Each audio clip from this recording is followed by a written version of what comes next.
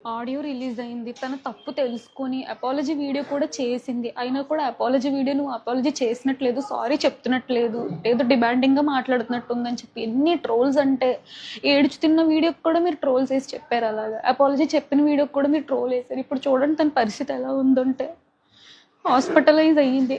హాస్పిటల్లో బ్రీతింగ్ అందుకు ఐసీయూలో ఉంది, ఆక్సిజన్ పెట్టారు. అసలు ఇటువంటి ఘోరమైన స్థితి ఎవ్వరికి రాకూడదు. తను చేసిన తప్పే అండి, నేను కాదనట్లేదు, ముమ్మాటికి తప్పే.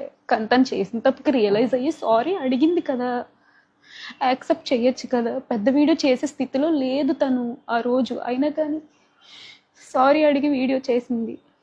కానీ ఈరోజు ఆ వీడియోకి కూడా ట్రోల్స్ వేస్తున్నారు. మీమ్స్ పేజెస్ వాళ్ళు, ట్రోల్స్ పేజెస్ వాళ్ళు, ఎవరైతే ఇన్స్టాగ్రామ్లోని యూట్యూబ్లోని థంబ్నెయిల్స్ పెట్టి మరి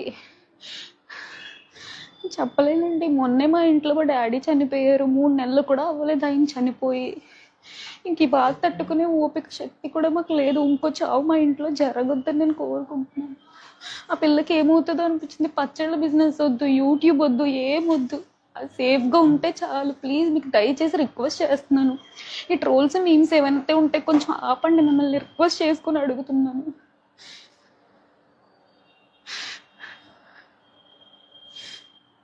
ఇటువంటి సిచ్యువేషన్లో కూడా ఒక 4 రోజుల నుంచి కంటిన్యూస్గా ట్రోల్స్ వేస్తున్నారు.